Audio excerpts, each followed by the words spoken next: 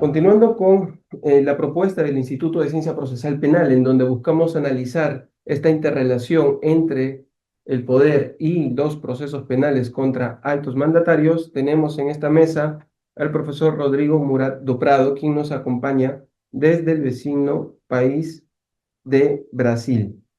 El profesor Rodrigo Murat do Prado es doctorando en Derecho Penal por la Universidad de Buenos Aires con el profesor Raúl Zaffaroni, máster en Derecho Procesal y acceso a la justicia en posgrado y con posgrado en Criminología Penal y Constitucional, defensor público en su país natal, profesor de Derecho Penal de la Facultad de Derecho de Varginha, Minas Gerais, director de la revista de Criminología y Victimología Lex Magister de San Pablo, miembro del Consejo Directivo del Instituto de Ciencias Penales ICP de Minas Gerais y miembro del Instituto Brasileño de Ciencias Criminales, también en su país.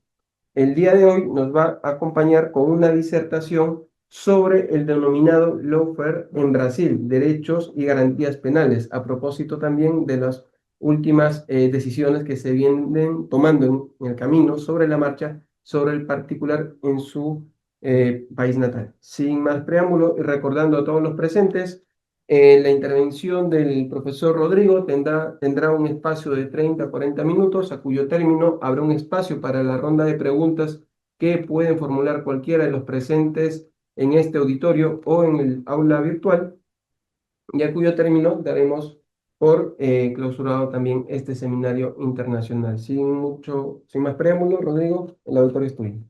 Gracias, un placer muy grande estar acá con ustedes.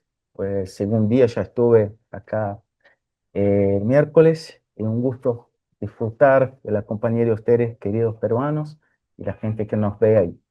Bien, estamos por hablar sobre un tema muy sencillo, que la instrumentalización del sistema de justicia, principalmente de la justicia criminal, para alcanzar otras cosas, otros beneficios, otras ventajas. Eso llama la atención con una cosa. Estamos llegando al punto de utilizar a la instrumentalización del derecho como un instrumento de guerra. No se hace más la guerra de pelea y sí la guerra jurídica. El lawfare es muy antiguo, así decimos, empezó en la China, antes mismo de la Segunda Guerra Mundial, utilizaron este modo de instrumentalización del proceso penal dentro del sistema de justicia militar. Y ahí sacaron un comandante chino que no interesaba, que no hacía las cosas como querían los gobernantes de aquellos tiempos. Eso se mezcló después, estas ideas, a los Estados Unidos, ya a la Segunda Guerra Mundial, y allá hubo la primera mención del lawfare, que fue justo un militar americano llamado John Carson, que ha dicho que están utilizando los ventajas y el derecho contra los hechos administrativos para sacarme de un tipo de agrupamiento militar. Esto empezó a tener cuerpo. Estamos hablando de 1950. O sea, lawfare llega hasta América Latina. Ahora que estamos hablando y discutiendo este tema. Bien, después de eso, que se reconoció la estructura de cómo se hace la guerra jurídica, lawfare, llegamos hasta el punto de que muchos de estos casos fueron incluso buscados en los países que tenían regímenes políticos más autoritarios. El lawfare fue primeramente ya mientras estaba aconteciendo los juzgamientos de los nazis que se rebelaron en la operación Valkyria. Estamos hablando ahí de un coronel, Stauffenberg, que se rebeló contra los nazis y fue juzgado en el Tribunal del Pueblo, Volkisstrafen, por un juez llamado Roland Freisler. Freisler era un nazi como de los más fervorosos, aquel que gustaba de decir palabrotas en sus juzgamentos. Entonces, Freisler gustaba no de decir, leer fallos, y sí humillar la persona jugaba. Ahí se veía muy presente la cuestión del Laufer. Se veía como la guerra jurídica en nombre del Führer. Estamos hablando ahí del principio del Führer y también del principio de la supremacía de la voluntad del pueblo alemán. Entonces, estamos hablando de dos principios que fundamentaron la instrumentalización de los procesos con la creación de un tribunal de excepción, un tribunal para el Laufer, que sería el tribunal del pueblo. Este, comandado primero por Hans Frank, después nombrado gobernador de Polonia, y después de la salida de Hans Frank a Roland Freisler, un juez que participó incluso de las discusiones al respecto de cómo sería la cuestión final de los judíos. Eso estamos hablando incluso de una película que narra cómo se reunieron y cómo decidieron la eliminación y el exterminio de los judíos en una tarde, tomando té y café latinoamericano, por supuesto. Bien, estamos acá con esta cuestión del Laufer, esto presente en un país que tenía un régimen militar muy vigoroso, el más vigoroso, según se dice la historia, pero también se vio muy presente con los juzgamientos que hubo en la Unión Soviética. Había, por ejemplo, un promotor llamado Andrei Vichinsky que hacía las acusaciones, las imputaciones formales con palabrotas, con malos dichos y con humillaciones. O sea, llega hasta el punto que la humillación haría parte de la imputación formal. Llegamos a este punto en los países más autoritarios. Hubo la necesidad de Stalin llamar su promotor, su fiscal de militares públicos, Andrei Vichinsky, para hacer imputaciones de todo lo que eran subversivo al sistema. Después de eso, vimos Laufer en procesos políticos en países que iniciaron rebeliones. Entonces, tuvimos ahí en rebeliones como en Haití y países que se rebelaron contra sus colonias, principalmente contra los que tenían la colonia francesa. Y se cambiaba mucho en África de los que estaban gobernando, utilizando o la fuerza o el Laufer. Bien, hasta que eso llega a nosotros. En Latinoamérica, el ejemplo más grande creo que sea de ustedes, que casi todos, o no todos, los presidentes se fueron a la cárcel. Bien, en Brasil esto estaba muy presente, aunque se utilizó de medio político con Dilma Rousseff, la vicepresidenta de Lula, que después fue nombrada presidente de la República de Brasil, fue la primera mujer a gobernar el país nuestro y en un par de años de su segundo mandato fue rechazada, fue impedida por un proceso de impeachment que se utilizó de instrumentalización política, pero dentro de otro lugar de juzgamiento que fue el Senado de la República, no un proceso criminal de imputación formal a la justicia, y sí la justicia separada en el Senado Federal, un proceso de impedimento, pero con fondo, con hondo criminal. Eso me llamaba la atención, porque decían que nuestra presidenta hacía lo que llamamos de manejo de deuda, ingreso de dinero. Fingía que el país tenía plata. Modos de manufacturar o esconder agujeros fiscales y movía el dinero como un equilibrista. Bien, llegamos al concepto, entonces ahora que tengo el slide, de la oferta como la manipulación de instrumentos jurídicos para garantizar justicia, no para garantizar verdaderamente la justicia, pero para atingir adversarios políticos o sociales. Entonces, yo tengo un punto de mirada un poco raro, porque el Laufer está además del político. Estamos verificando Laufer contra funcionarios públicos. Estamos verificando el lawfare en Brasil contra personas, contra vecinos, hasta contra los hombres con pareja. Eso se está haciendo. Y bien, se utiliza el poder judiciario, imputaciones formales penales, para destruir su adversario y buscar ventajas, que sean, cuales sean, o venganza. Esto sí. ¿Cuáles son las consecuencias prácticas de esta utilización del lawfare? Desgaste democrático. Polarización social. Estamos viviendo en Brasil, donde tenemos Bolsonaro y los de Lula. No hay una tercera vía, un otro nombre. Son los dos. El país está dividido en dos partes. Como si tuviéramos Karl Marx y von Mises de un lado. Y así estamos.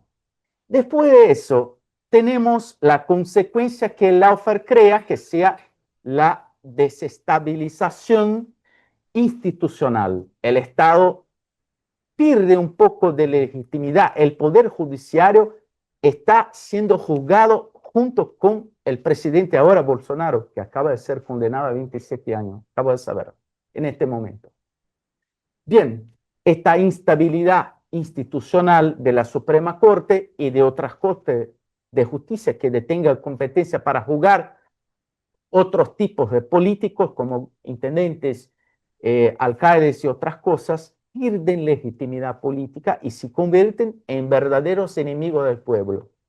Llegamos también al impacto simbólico, porque el derecho deja de ser visto como un espacio de ideas, de imparcialidad, para se transformar en instrumentalización de venganza política o de venganza personal. El derecho se pierde ahí. Y una cosa que estaba ahí pensando en el fallo, yo tengo mis dudas contra los fallos, porque a mí me parece que cuando se trata de lawfare, los jueces, los ministros de Suprema Corte ya lo tienen definido la condenación o la decisión que van a tomar, que sea. Pero manobran el sistema jurídico solo para justificar lo que ya está predeterminado. Eso tengo. Y la prensa, los medios, hacen eso muy fuerte en mi país. La prensa determina cómo será y cómo sale el presidente que está siendo juzgado. Por ejemplo, hoy un ministro, Luis Fuchs, de la Suprema Corte, no logró terminar su voto en la causa de Jair Mesías Bolsonaro, nuestro expresidente, porque fue interrumpido. Y no le dejaba el otro ministro Moraes, que era el relator de este proceso, dejarlo seguir con su lectura de voto. Levantó de la sala de juzgamiento y se fue. Así estamos. A este punto llega la cosa. Bien, yo ya ahí ya he traído para ustedes el concepto, orígenes, características del lawfare, contexto histórico. Bien, vamos a criminología. Me gusta mucho decir cómo el lawfare está relacionado, interrelacionado con la criminología. ¿Por qué? Porque el lawfare nada más es que la más sencilla selección penal. Se selecciona por la venganza, por los medios, por las ganas políticas. La selección a través del poder punitivo, además que sea dirigida, es más dirigida y más alineada a esta intención vengativa o política que sea. Entonces, estamos hablando de selectividad penal a la máxima potencia. Estamos destruyendo el derecho procesal, el derecho penal, con una fundamentación política, una fundamentación de venganza. Se llama incluso de selectividad penal bulímica, porque se utiliza de una pseudo justificativa política para destruir un adversario político.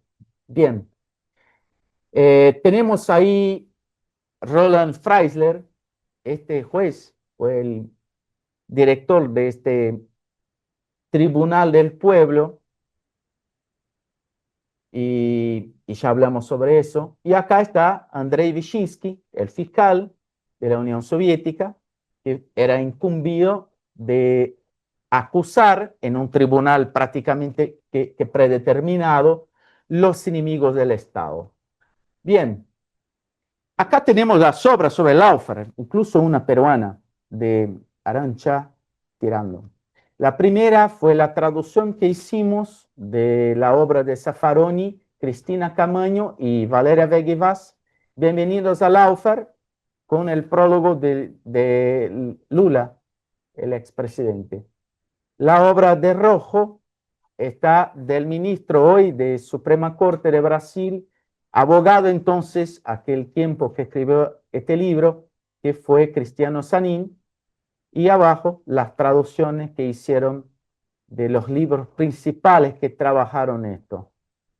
Bien, tenemos que hablar de Lava Jato, porque tiene todo que ver con la situación de Perú. La Lava Jato fue la mayor investigación de corrupción y es un marco histórico en Brasil.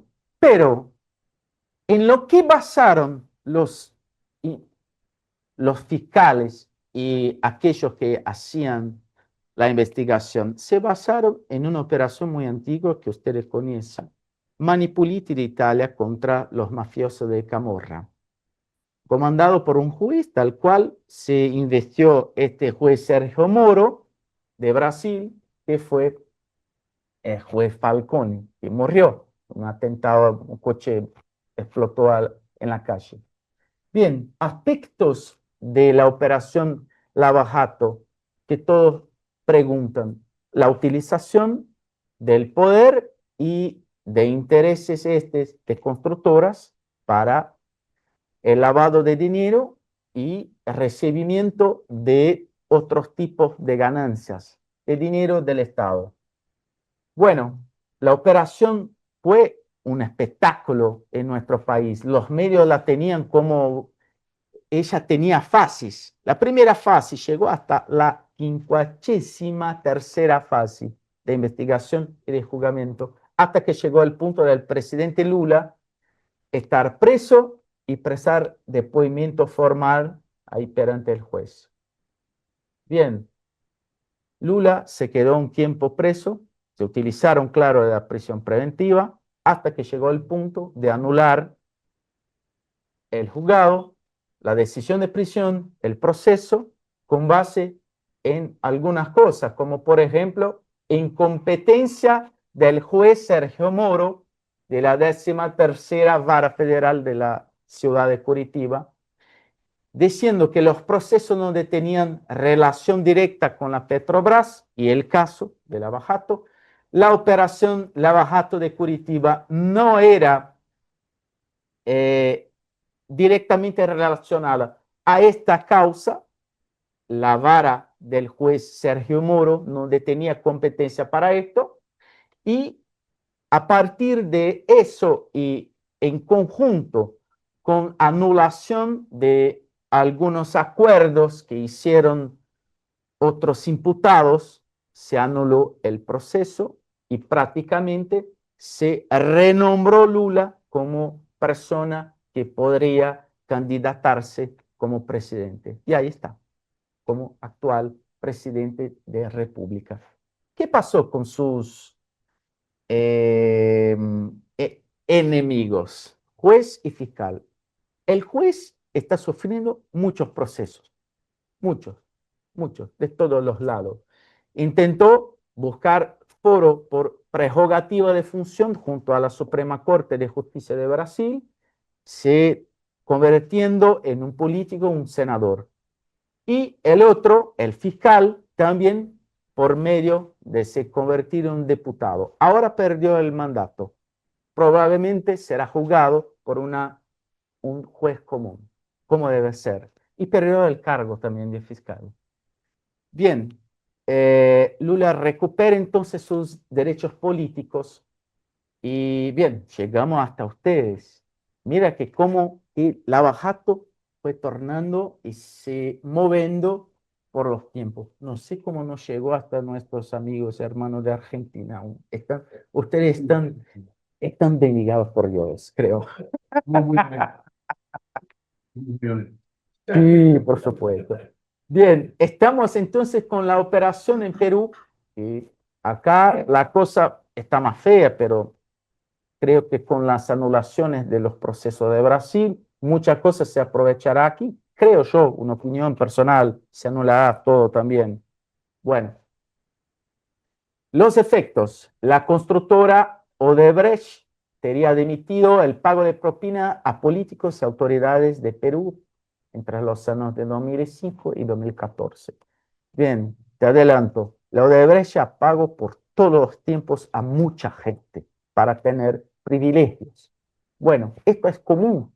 Decimos en Brasil que el modo de administrar sin intereses políticos y sin intereses financieros no se llega a construcción ninguna. O sea, hay una llamada teoría de la grasa del óleo que lubrifica el engranaje de un Estado.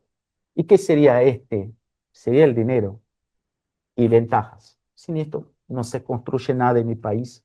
Así siempre fue con los militares, sin los militares, con Getúlio Vargas, sin Vargas, con don Pedro II y seguirá hasta los próximos presidentes.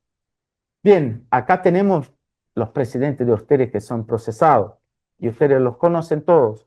A mí me pareció, mira, cómo está Perú con todo siendo condenado, juzgado y sufriendo procesos.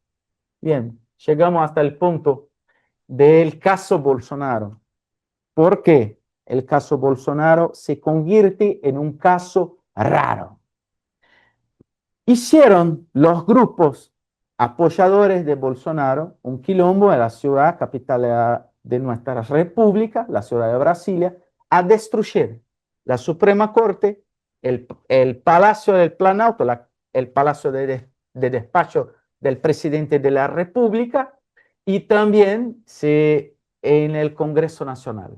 Ingresaron millares de manifestantes y destruyeron incluso regalos que reyes, emperadores, presidentes los dieron a Brasil. Eso se convirtió en un hecho muy grave que avaló, según los medios, las estructuras del Estado brasileño.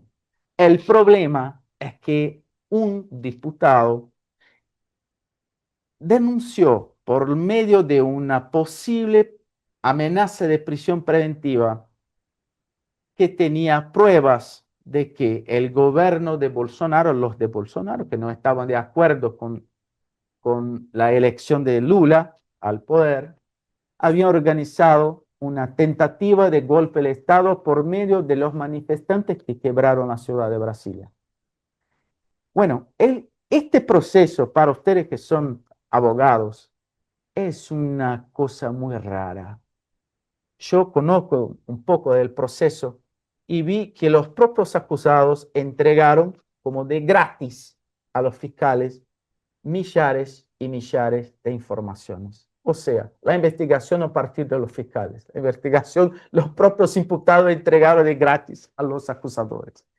Bien, aún así, involucraron Jair Mesías Bolsonaro en una serie de imputaciones penales, además de la amenaza de golpe de Estado. Lo involucraron a crimen organizado y a organización criminal armada, el crimen grave en Brasil.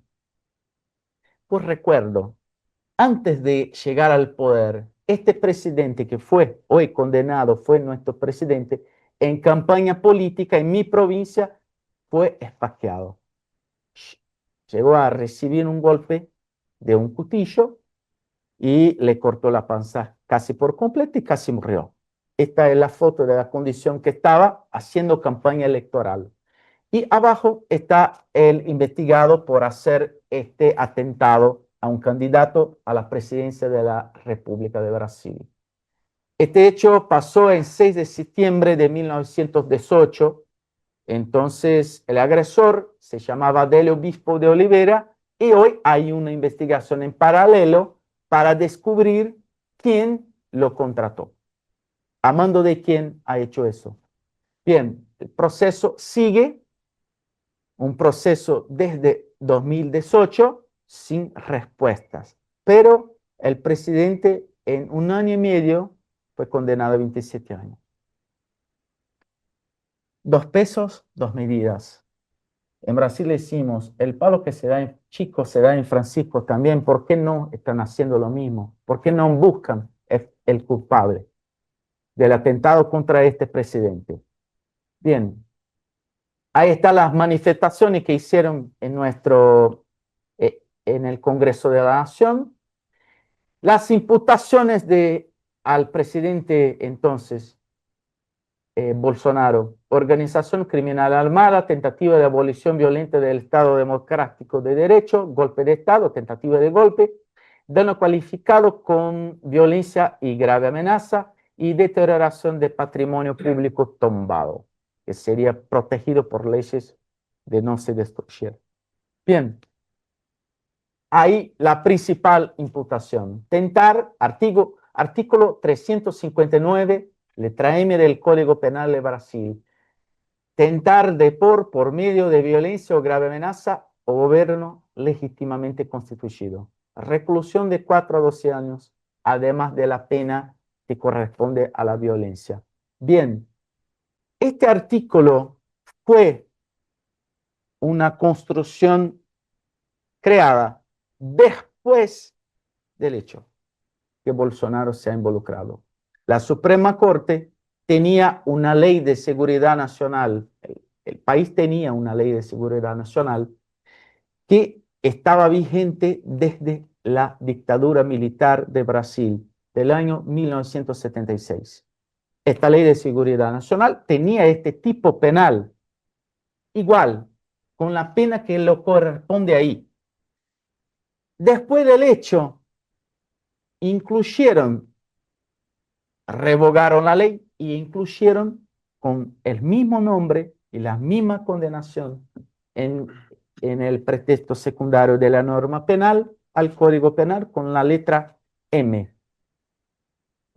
Y nuestro Código Penal sigue siendo el Código Penal de 1940, así como el Código de Proceso Penal, como ya hablé con algunos. Este de Brasil es la traducción al pie de la letra del Código de Procedura Penale de Mussolini al gobierno de Italia, elaborado por Alfredo y Arturo Rocco. Una traducción donde no se tenía el principio, el estado de inocencia, el principio de no culpabilidad. Se tenía la presunción del culpable. Se podría detener la persona para que ella prueba, por ejemplo, quién es la persona por documentos. Se prendía, se detenía la persona administrativamente. Los pilares de este código, que sigue vigente, modificado, interpretado ahora con la lente de la Constitución de la República, tenía estas anécdotas fascistas de detener primero y después preguntar quién es la persona. Esto siguió así. No existía en Brasil, bajo este código, el Instituto, por ejemplo, de la Libertad Provisoria. No tenía. Un sistema penal que hasta el año de 2008, el imputado recibía la citación formal, que tenía un proceso, y se presentaba inmediatamente al juez sin abogado y podría confesar, quedarse en silencio o se presentaba con abogado. Los que detenían plata, sí, llegaban con abogado. Y bueno, ahora se invirtió tan tarde en Brasil. Mucha gente cumplió pena así por confesar hechos que no cometieron. Lastimablemente hasta el año de 2008 fue así en mi país. Una herencia o una mala herencia de la dictadura militar.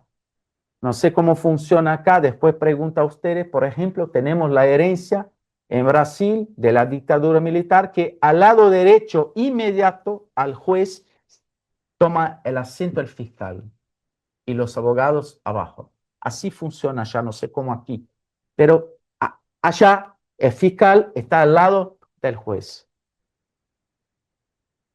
Una cosa rara. Bien, el proceso de Jair Mesías Bolsonaro llegó hasta el punto del presidente Donald Trump empezar una ola de amenaza a los ministros de la Suprema Corte, porque tenía ganas de mantener el poder en Brasil.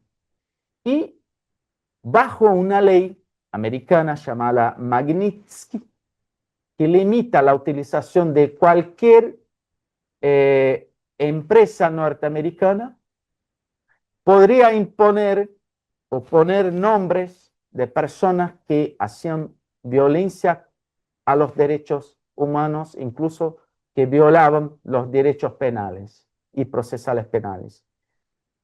5 ministros de la Suprema Corte de Brasil fueron nombrados hasta un mes y perdieron sus tarjetas de crédito. No pueden hacer una compra porque todas las tarjetas, nuestras Visa, Mastercard, son de empresas norteamericanas. No pueden contratar con los Estados Unidos o no pueden siquiera comprar nada o registrar en una empresa que detiene capital norteamericano. Esta fue la amenaza. Empezó una crisis diplomática de Brasil con los Estados Unidos.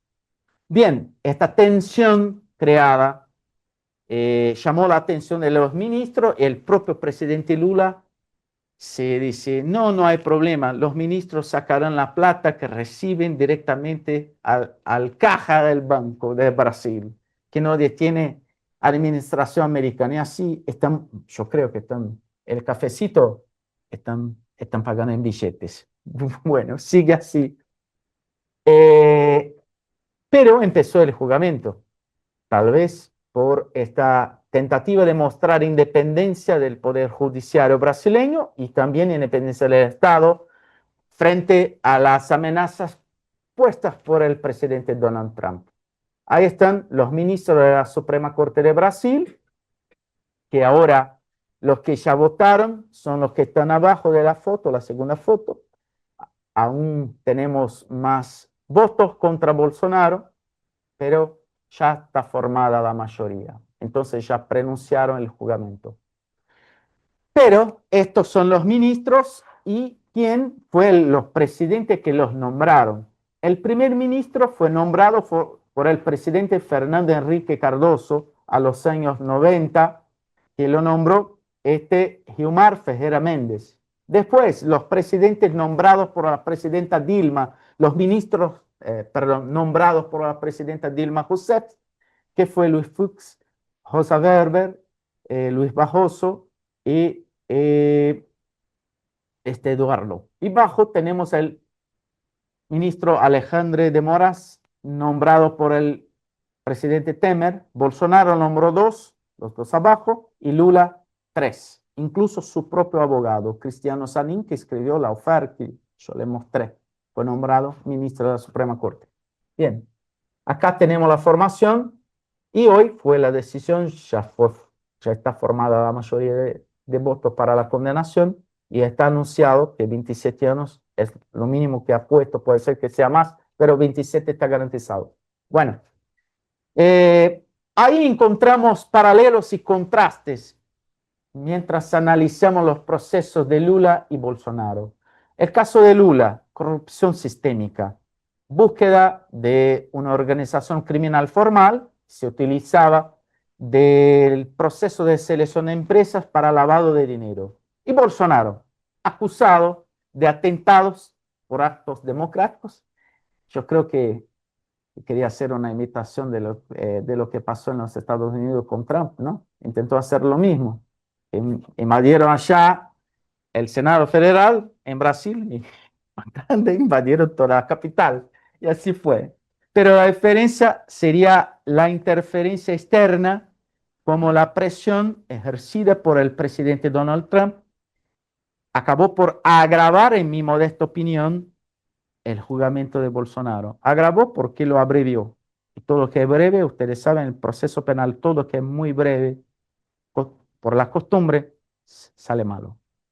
Bien. Son muchas consecuencias para nosotros esta polarización. los que están de amarillo, de Bolsonaro, de rojo, de Lula. Y así sigue Brasil, con dos polos. Hay una desconfianza en las instituciones, como el Poder Judiciario, una crisis institucional, formal e informal, y impacto en las relaciones diplomáticas de Brasil con otros estados. Bueno, Lawfare causa un riesgo a la democracia, un mal a toda la sociedad, porque nos está buscando justicia y sí justiciamiento. Y para mí, que se transformó los procesos criminales, y ustedes acá también van a analizar las cosas así, los procesos penales más sirven para adjuntar justificativas para una decisión predeterminada. Y ya está. Solo necesito las pruebas para poner. Hay un chiste brasileño que dice así, llamaron la Interpol, la CIA y el M5 y la policía de Brasil para un campeonato de investigación. Las policías tenían que encontrar un conejo, soltar el conejo. La que llegaría con el conejo en menos tiempo ganaba. Así, ¡pum! 2 minutos. La Interpol, 2 minutos 10. Llegó al punto. M5, 2 minutos y medio. La policía de Brasil, 15 segundos. Tenía una rata con un dibujo de oreja de cuello. ¿Cómo se llama? Yo conejo. Y así está. Eso es el proceso inquisitorial, yo puedo decir, de Brasil. Y así están haciendo y destruyendo todos los pilares del proceso penal como debería ser. Deber ser es diferente de ser. Vivir el ser es difícil. Este es nuestro papel, así como abogados, fiscales, defensores públicos, luchar. El poder corrompe, jueces, fiscales, abogados, corrompe todo, pero aunque tenemos que luchar porque el poder, por demás que corrompe, no corrompe a todos. Y por no nos corrompernos, tenemos el derecho de buscar justicia y no justiciamiento. Muchas gracias.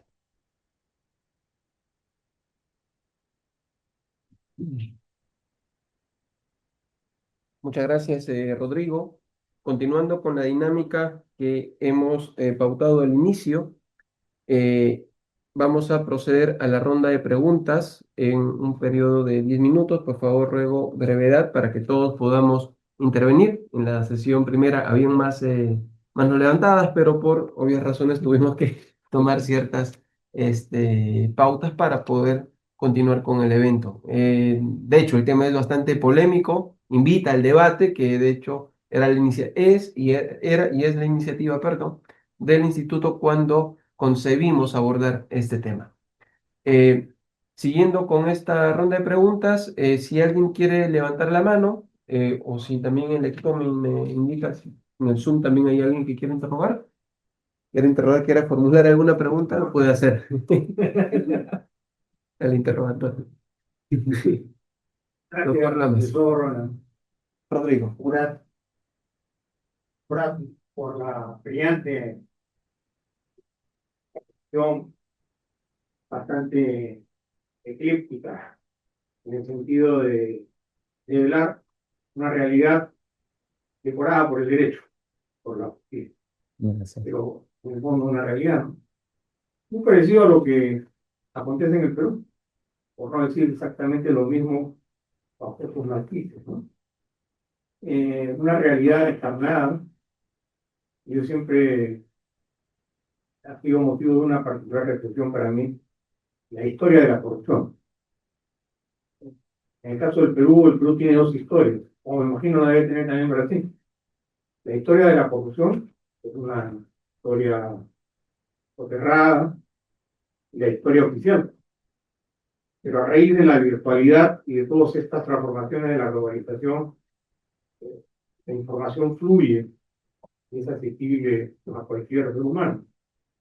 y eso tiene que ver mucho con el lawfare, en el sentido de que eh, es fácil orientar y manipular a la opinión pública, sobre todo porque ahora nosotros directamente dependemos de la virtualidad. O sea, nuestra fuente de existencia es la virtualidad. No porque querramos, sino porque es parte de esa realidad. Entonces, en esa línea de análisis, los niveles de manipulación son más maquiavélicos, en el sentido de entender algo anormal como si fuera real, parte de la realidad. Y evidentemente es muy difícil separar lo criminal de lo político. Incluso desde el punto de vista criminológico sabemos perfectamente qué cosa es la criminalidad, qué cosa no es la criminalidad, qué se le estima y qué se le estima, ¿no? Pero evidentemente la separación entre lo político y lo criminal es materialmente imposible, no solamente porque no se puede separar, sino yo iría un poco más allá, diría que es lo mismo. Lo mismo en el sentido de que el poder económico necesita del poder político. El caso de Abacato es un caso emblemático, ¿no? Y además se beneficiaron con la corrupción a nivel global. Es un estamento que casi ha pasado desapercibido, los bancos. Porque el dinero de la corrupción, ahora con mayor razón que es un dinero virtual, físicamente no existe. Existe una pantalla, una tablet en la computadora o en el teléfono. Pero físicamente, aunque también sigue siendo virtual porque los depósitos están en oro en las bóvedas de los bancos más importantes del mundo, eso no podría suceder si es que no hubiera un estamento que protege. Sin embargo, un semejante pasa desapercibido. Y evidentemente que trasladarlo al escenario político resulta particularmente entretenido, porque se confrontan a los sectores políticos interesados y se convierte en la rutina de la política, y la política es parte de la vida. Y esto es una secuencia que se traslada de un gobierno a otro gobierno bajo diferentes matices, y no solamente sucede en Brasil o en el Perú, sino sucede en el mundo, bajo dimensiones aún mayores, una doble moral, ¿no? En el sentido de dónde está el dinero de la corrupción. ¿Quién guarda el dinero de la corrupción? Ni siquiera los paraísos financieros, que digamos es el estamento más visible. Los verdaderos fondos de la corrupción están en los grandes bancos del mundo, que están mimetizados a través de la política y todo lo que se necesita. Pero para concluir un poco, no sé si es una pregunta o una reflexión, parte de la historia este debate interminable, ¿no? De corrupción, político, persecución, no persecución, en fin, una serie de estamentos, pero el caso Lavajato, yo creo que marca una pauta significativamente muy diferente. Un fenómeno de corrupción, he dicho sea de paso, yo a veces pienso que Lavajato fue una lucha de poderes respecto a quienes han tenido el monopolio de la corrupción a nivel global.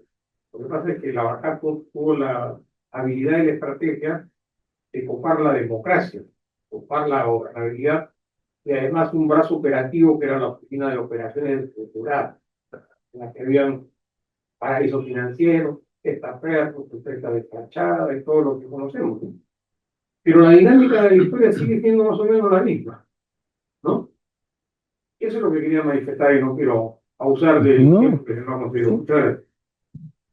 Sí, yo agradezco. La cuestión, decía Zaffaroni, junto con un maestro brasileño llamado Nilo Batista, que fue incluso intendente de la provincia de Río de Janeiro a los años 90, hoy enseña Derecho Penal en la Universidad Estadual de Río. Decía una cosa: todo preso es un preso político, porque sin política no hay derecho penal.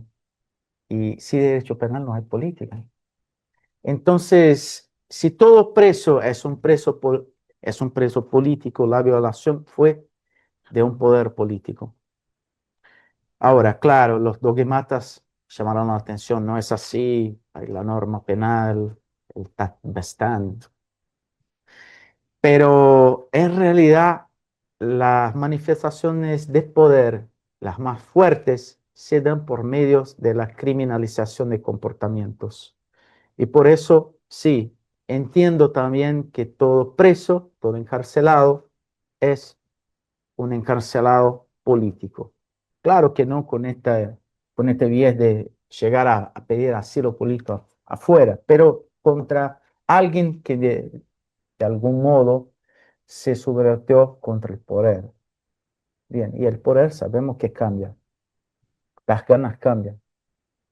Bueno, la operación Lavajato sí fue una recuperación de mucha plata, porque por demás que sea un proceso anulado contra Lula, sigue la operación contra otros acusados. Y mucha plata se recuperó a Brasil. No puedo decir, la Lavajato es un mal ejemplo, quizás un mal ejemplo de instrumentalización del derecho penal y de modo ya caído. Se valieron de un libro elaborado ahí, las manos limpias, mano política, para justificar la utilización imprudente, por así decir, de la prisión preventiva para obligar al preso a negociar con la fiscalía. Bueno, son medios que se utilizan en el Estado para buscar los fiscales, ¿no? Para buscar las pruebas. En el caso de Bolsonaro, lo que me llama la atención es que los imputados entregaron las pruebas. Ahí está. Si fuese mi cliente, yo decía, usted está loco. ¿Cómo que entrega el aparato celular? Una cosa, la policía de hoy, en mi tiempo como comencé la abogacía criminal, se buscaba saber de la persona. Pues muy simple, no necesito saber de la persona, yo necesito el aparato celular de ella y sé de toda vida. Es un riesgo. Si nosotros tenemos en cuenta el riesgo que está en nuestra vida, que puede salir por hurto, pérdida, estamos a la mano de que lo encuentra. Si la policía está buscando, si busca el aparato celular, descubre todo. El caso de los acusados junto con Bolsonaro entregaron la prueba, orientados. No sé si por buenos o malos abogados, pero yo no orientaría a mi cliente a ser así. Bueno, no sé si corresponde a tus dudas, pero estoy de acuerdo con la reflexión que me has puesto. La política y el derecho penal caminan. Ahora, tenemos que no dejar que ellas se convierten en los puntos fundamentales, porque si el derecho penal se agiganta hasta el punto de no dejar espacio para que las otras ramas del derecho resuelvan muchos problemas, tenemos solo el derecho penal y la Constitución y los derechos humanos por detrás. Este es mi miedo. Solo esto, no sé si corresponde a la contestación de vida, pero te agradezco. Gracias, Rodrigo. Continuando con la ronda de preguntas, si hay alguien más que quiera intervenir. Javier. Gracias por haber podido gozar toda la exposición. He escrito un libro que lo pongo a la disposición de todos ustedes, que se titula 50 años de derecho penal del enemigo, ¿hasta cuándo? Y refleja el caso de persecución por ideas que ha terminado con la primera sentencia que está siendo muy cuestionada, en la cual ha muerto un colega en prisión por esa sentencia de persecución de ideas, que se llama el caso Tercero. Muy bien, después trataremos seguramente en algún otro momento, pero el libro está a disposición en PDF, Sí, en sí. PDF de un libro de ese. No tenemos problema de costo ni cosas por el tipo, de manera desinteresada. Quería partir de la siguiente reflexión. Las conquistas de la humanidad no podemos desconocerlas. Sí. Y esas conquistas en el derecho están posibilitadas. Las tenemos en la Carta de la ONU, en la Declaración Universal de Derechos del Hombre y del Ciudadano, en los tratados internacionales sobre derechos humanos, etc. Entonces, publiquémonos. ¿Qué cosa está pasando con esos tratados en el mundo hoy? Sí, Están siendo pisoteados. sí, ¿Por quién? Por un puñado, sí, contra toda una población mundial que cada vez se está expresando, desde los abogados que defienden esos derechos que no sean pisoteados, las decisiones de la ONU, etcétera, y contra un puñado de personas que están llegando a los extremos que no habíamos visto desde los hitlerianos. ¿Cierto? Entonces, el problema es qué cosa está sucediendo. Porque el problema de la corrupción me parece que es un punto que los abogados lo estudiamos, lo tratamos, lo litigamos, pero nos podemos perder.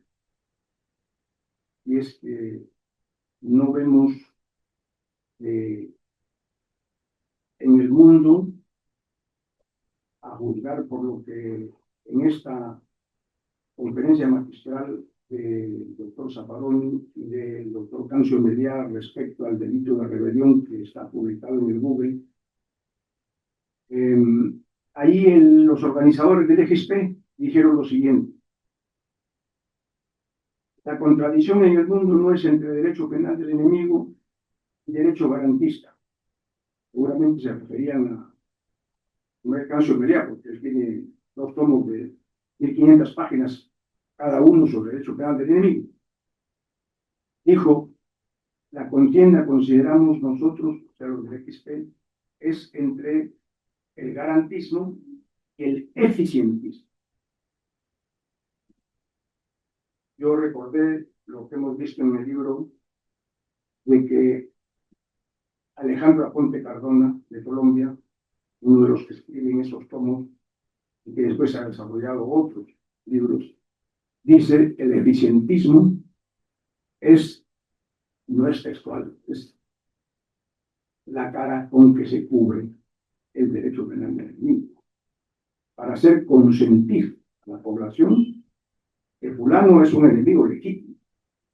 Entonces, nosotros en el libro hemos cogido a Ulrich Beck, un alemán sociólogo muy importante, porque dice cómo se fabrican los peligros, sí, en su libro de Significación del Riesgo. sí. Y entonces nos han hecho consentir a la opinión pública mundial de que Hussein era un tenedor de armas de destrucción masiva y que había que intervenir y que era legítimo intervenir, y lo hicieron. Y así por el estilo, fabricar peligros que después se desenmascaran porque no existen. Claro. Pero ya lo hicieron. Entonces, nos preocupa porque, entonces, ¿cuál es el norte que los abogados debemos tener? O defendemos las conquistas de la humanidad y en base a esas podemos discutir todo lo que opinemos sobre la cuestión, sobre uno u otro bando de la UFR, etcétera, o perdemos el rumbo y nos dejamos impresionar por la escenificación de los peligros, Sí. y por lo tanto, como usted lo ha dicho de alguna manera categórica, ya el enemigo está condenado antes de que termine el juicio.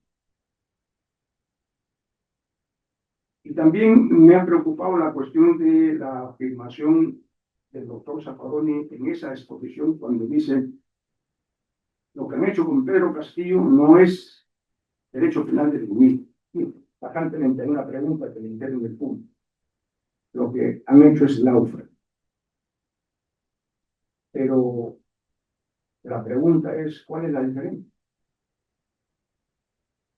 Porque ¿cómo se trata en el lawfare?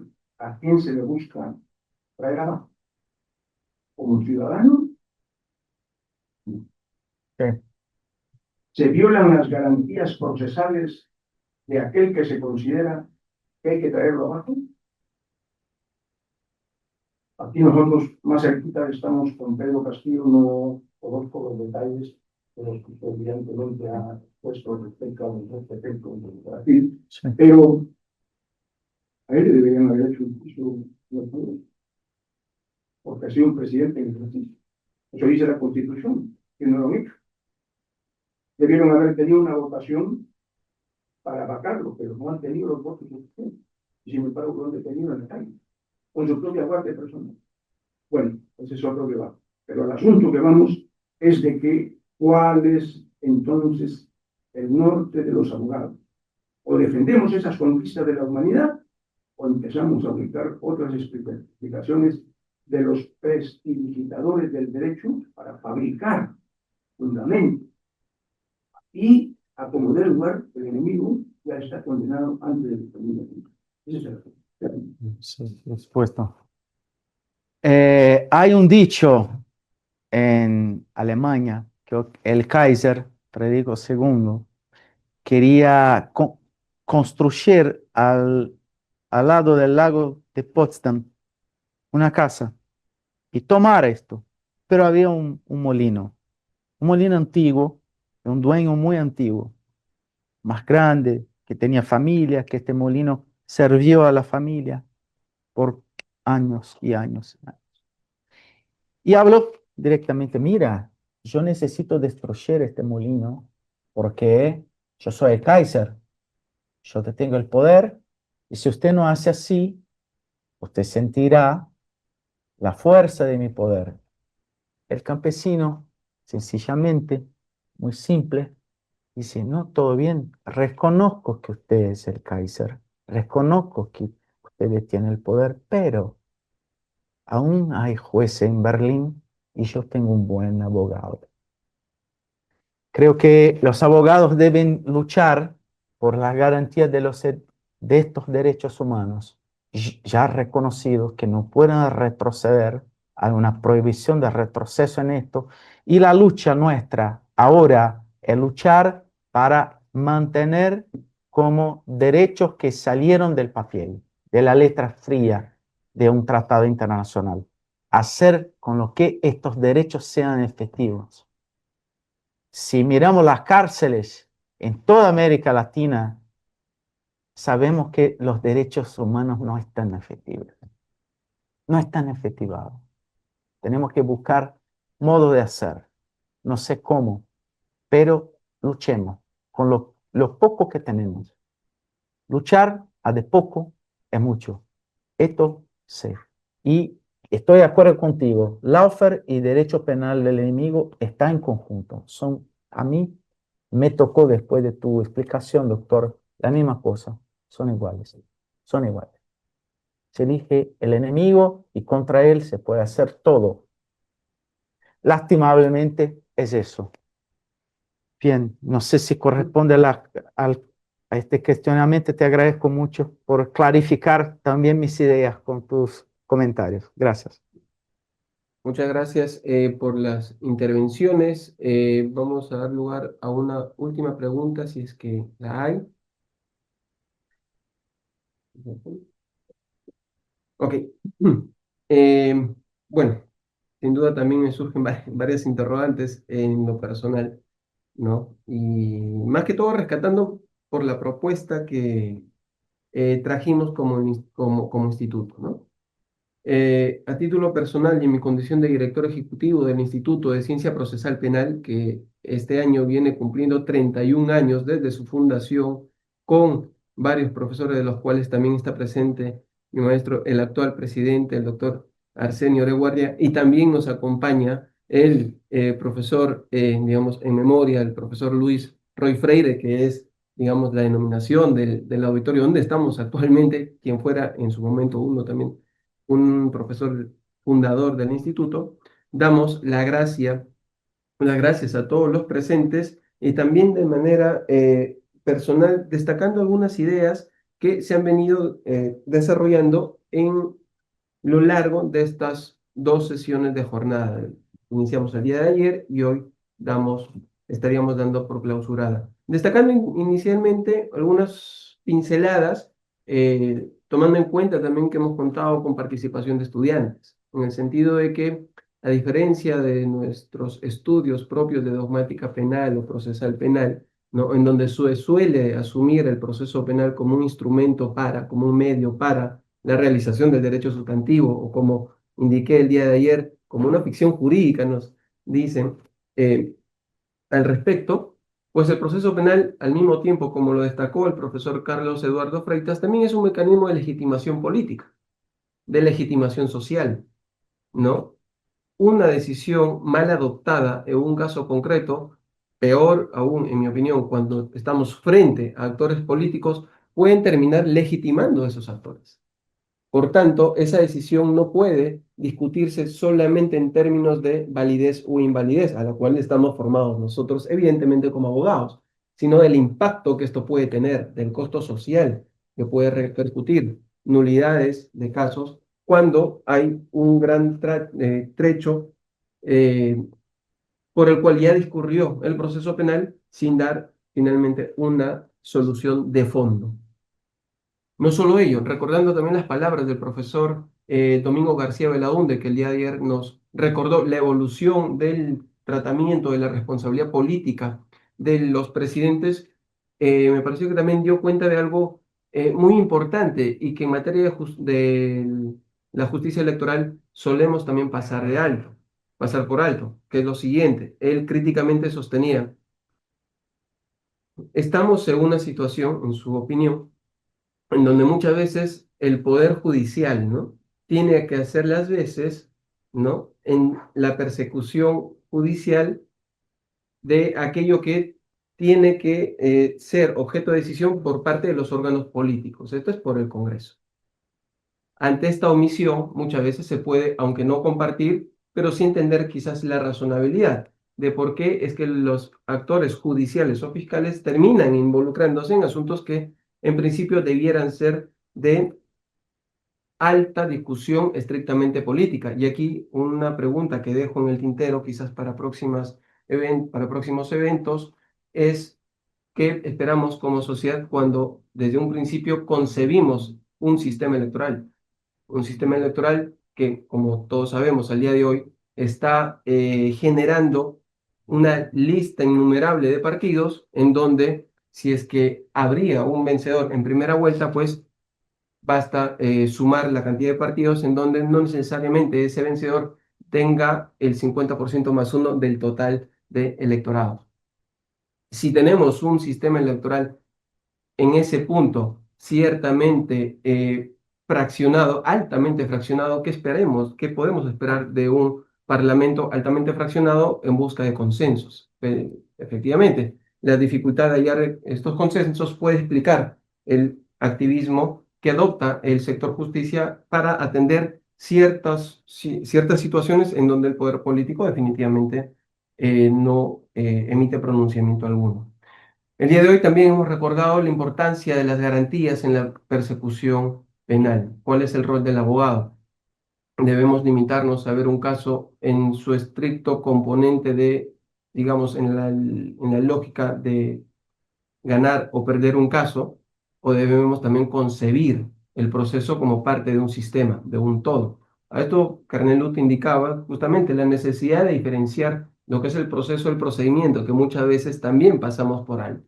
Procedimiento es el modo en cómo el legislador ha diseñado, ¿no? La estructura que está finalmente plasmada en el código.